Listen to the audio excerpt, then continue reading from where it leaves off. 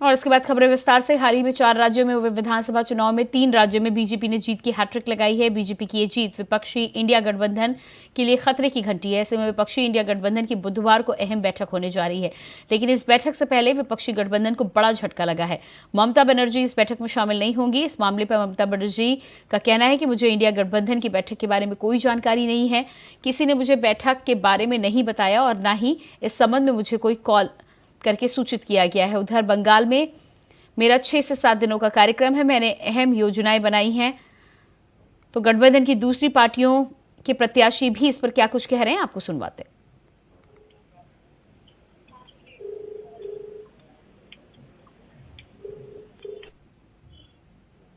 देखिए, अब चुनाव के पहले भी उनकी रवैया कुछ इस तरीके ही थे। इतने 5 स्टेटों में चुनाव हुई थी, कहीं हो ये तो कभी नहीं कहे कि भाई बीजेपी के विपक्ष लोगों को वोट दिया करो, कभी नहीं कहे कि बीजेपी को हराने के लिए चुनाव में आम लोग विपक्ष को वोट दो, ये भी उन्होंने नहीं की थी। देखिए, जो इंडिया अलायंस है सब इंटैक्ट है, सब लोग एक साथ हैं।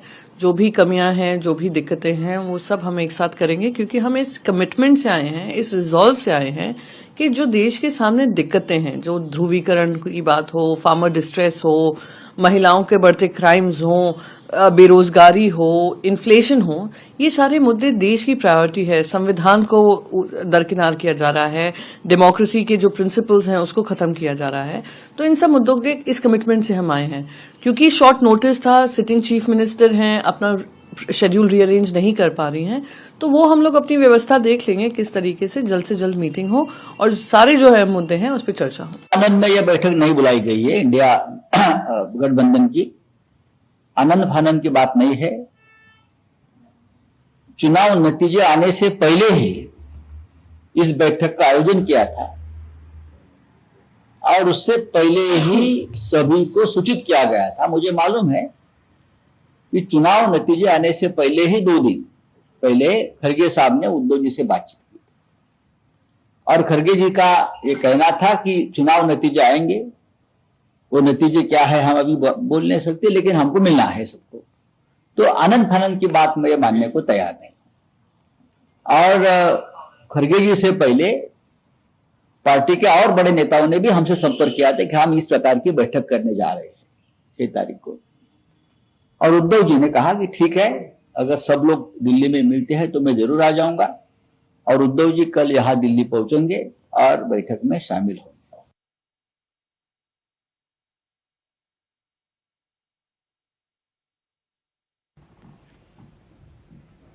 और इसी खबर पर हमारे साथ न्यूज रूम से नितिन चौधरी लाइव जुड़ चुके हैं और उसके साथ ही साथ दिल्ली से हमारे संवाददाता अजय चौहान भी हमारे साथ बने। नितिन, आपके पास आऊंगी मैं और आपसे ताजा अपडेट लूंगी। इसी बीच रुक कर लेते हैं। अजय, क्या कुछ कहना है, क्या अपडेट निकलकर सामने आ रहा है इस बैठक को लेकर?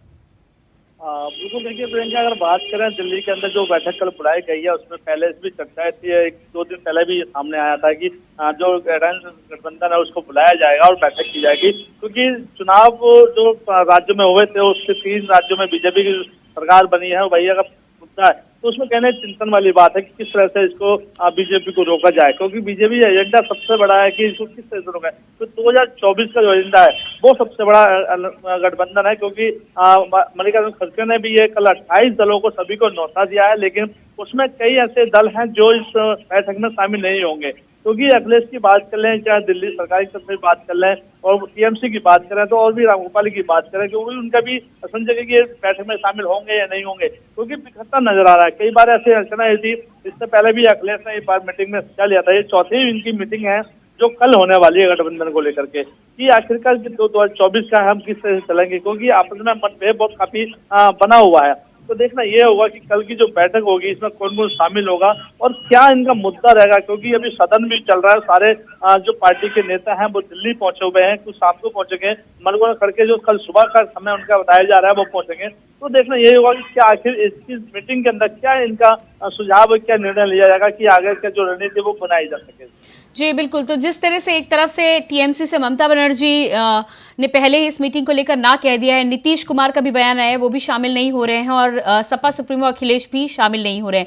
इसके अलावा अधीर रंजन का जो एक बयान आया है, जो ममता बनर्जी को लेकर उन्होंने कहा है कि पहले भी उन्होंने कभी विपक्ष को सपोर्ट नहीं किया और ना ही भाजपा के लिए चुनाव के दौरान कुछ कहती हुई नजर आई, यानी कि भाजपा का विरोध उन्होंने नहीं किया है। तो इस तरह की जो बातें निकलकर सामने आ रही हैं, इसके बाद क्या कह सकते हैं आप कि ये बैठक में क्या एक बार फिर से रणनीति तय की जाएगी? क्योंकि इस समय जिस तरह से बयान आ रहे हैं उससे गठबंधन में टूट, गठबंधन में मनमुटाव और ये तमाम चीजें खुलकर सामने आ रही हैं।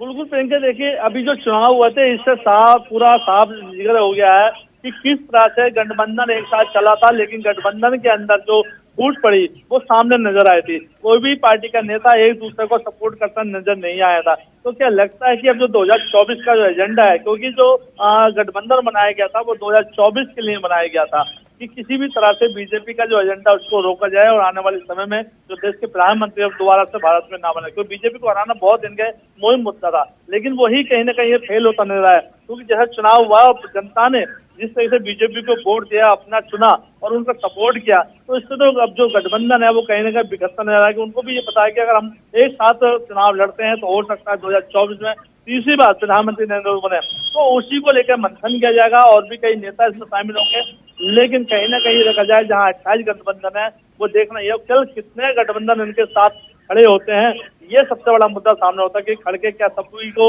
एक साथ ले पाएंगे। क्योंकि अगर बात करें ममता ने भी कई बार कई लोगों को एकत्र किया, दिल्ली के सीएम केजरीवाल ने भी कई लोगों से बात की थी, वहीं नीतीश कुमार भी अब जिस तरह से गठबंधन की बात आ रही थी, बैठक की बात है, उन्होंने भी दरकिनारा करते नजर आए, उनका बयान आ गया। तो देखिए कहीं ना कहीं जो गठबंधन है वो बिखरता नजर आ रहा है इस समय।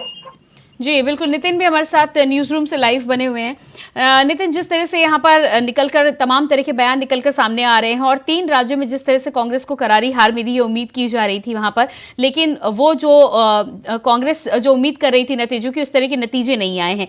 क्या लगता है आपको कि इस नतीजे के बाद कांग्रेस के द्वारा इस तरह की बैठक बुलाया जाना और साथ ही साथ तमाम दल जो हैं, अब इंडिया गठबंधन ने कांग्रेस को अपनी स्थिति एक बार फिर से मजबूत बनाने के लिए कवायद करनी होगी इन नतीजों के बाद?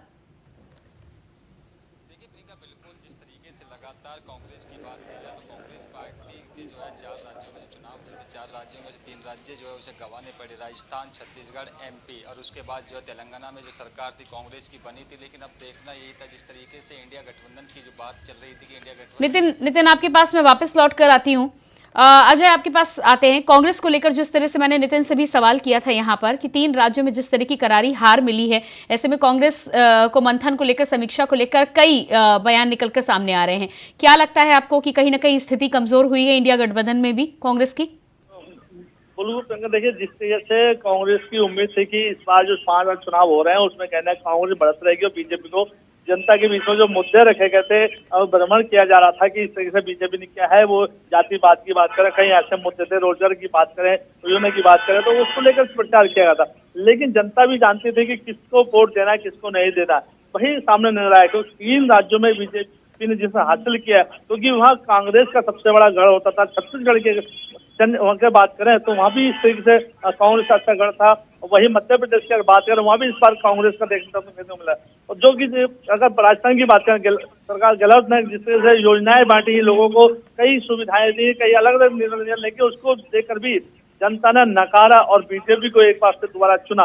क्योंकि कई ऐसी घटनाएं राजस्थान में हुई थी जो शायद सभी को याद भी है, उसको भी लेकर जनता में गुस्सा था। तो कहीं ना कहीं देखना यह होगा कि कांग्रेस क्या दोबारा अपने जो प्लेटफॉर्म पर थी, जो सभी गठबंधन के साथ लेके चल रही थी, क्या दोबारा से उस स्थिति पहुंच पाएगी? तो ये तो अब कल जो मीटिंग होगी उसका निर्णय होगी कि हाँ, चिंता तो है कि जिस तरह से हार हुई है कांग्रेस की, वो कहीं ना कहीं सबसे बड़ी मुसीबत सामने आ रही है इसमें। जी बिल्कुल, नितिन हमारे साथ लगातार बने हुए हैं। नितिन, जिस तरह से निकलकर सामने आ रहा है, कांग्रेस ने बैठक बुलाई है लेकिन 3 बड़े दल इसमें शामिल होते हुए नजर नहीं आ रहे हैं। क्या लगता है आपको, क्या कुछ स्थिति बनती हुई नजर आ रही है?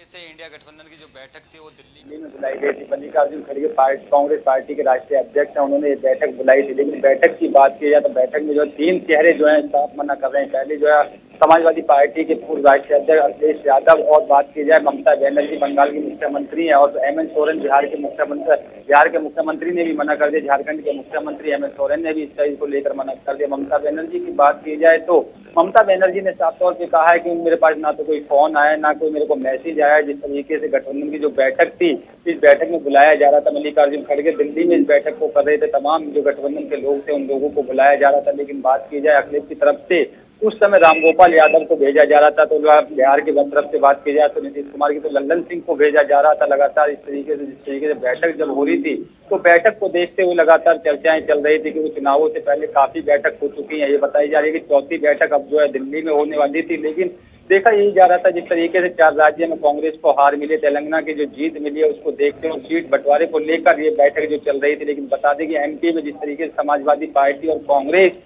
लगातार अपने प्रत्याशियां उतार रही थी, लेकिन उस पर भी चर्चाएं हो रही थी। और बात ये भी सामने आ रही कि कहीं न कहीं सीट बंटवारे को लेकर भी ये बैठक कहीं महत्वपूर्ण मानी जा रही है कि कहीं सीट बैठक बंटवारा जो है उस पर किस तरीके से सीटें बांटी जाए, गठबंधन के जो प्रत्याशी उतारने की जो बात कही जा रही थी। लेकिन यही देखा जा रहा था उस समय से लगातार जब गठबंधन की लगातार बैठकें हो रही थी। पहली जो बैठक हुई थी पटना में हुई थी, दूसरी बंगाल में हुई थी, तीसरी जो है दिल्ली में हुई थी। तो दिल्ली के बाद अब चौथी बैठक भी दिल्ली में मल्लिकार्जुन खड़गे के आवाज पे बैठक होने वाली थी। लेकिन कहीं न कहीं देखा जाता है, जब अखिलेश यादव ने आने से इनकार कर दिया है, तो बिहार के मुख्यमंत्री नीतीश कुमार ने भी आने से इनकार कर दिया। ममता बनर्जी भी मना कर रहे हैं कि मेरा जो कार्यक्रम लगे हुए हैं उन कार्यक्रमों को दिखाया जाएगा, शिलान्यास करना है। जिस तरीके से बंगाल के अंदर सरकार काम कर रही है, लेकिन अब देखना यही होगा जिस तरीके से कि इंडिया गठबंधन में कहीं ना कहीं अब टूट जो है नजर देखने को मिलती हुई नजर आ रही है। जी बिल्कुल अजय, जिस तरह से लगातार ममता बनर्जी की बात कर लिया, नीतीश कुमार, साथ ही साथ सपा सुप्रीमो की बात करें, मन मुटाव देखने को मिला है, बयान जिस तरह के सामने आए थे, ऐसे में क्या लग रहा है आपको कि कांग्रेस पर एक तरह से दबाव बनाने की भी कोशिश की जा रही है? क्योंकि इंडिया गठबंधन में पहले एक साथ आने का दावा कर रहे थे और उसके बाद बैठक में ना शामिल होना क्या इशारा करता है?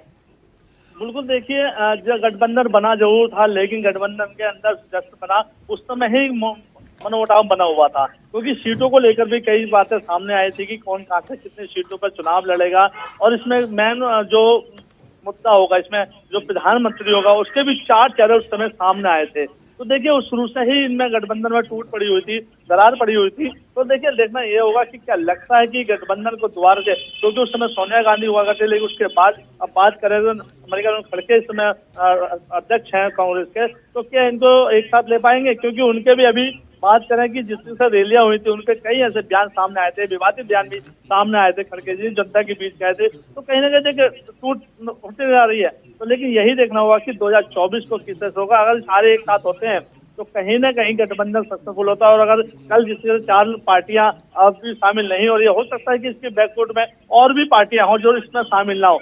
तो ये तो कल ही पता चलेगा कौन कौन पार्टी इसमें भाग ले रही है, कौन नहीं ले रही है। क्या लगता है कि मल्लिकार्जुन खड़गे इस पार्टी में जो बुलाई है खड़े उतरेंगे या सबको एकजुट कर पाएंगे या नहीं हो पाएंगे, ये बड़ा सवाल देखने को मिल सकता है। जी नितिन, जिस तरह से ममता बनर्जी और नीतीश की बात हो रही थी, नीतीश को लेकर उनकी पार्टी के तमाम नेता लगातार प्रधानमंत्री पद की दावेदारी की बात नीतीश कुमार को लेकर करते रहते हैं, और जिस तरह से बैठक में आने से इनकार किया है। हालांकि इससे पहले नीतीश कुमार ने ही शिकायत की थी कि कांग्रेस की तरफ से इंडिया गठबंधन को लेकर ज्यादा ध्यान नहीं दिया जा रहा है, चुनावों के बाद हो सकता है कांग्रेस इस पर बात करे। तो क्या आपको लग रहा है कि अब इस बैठक में ना शामिल होने का सीधा संदेश ये है कि पहले प्रधानमंत्री के पद को लेकर नाम की घोषणा की जाए और उसके बाद बात आगे बढ़ेगी?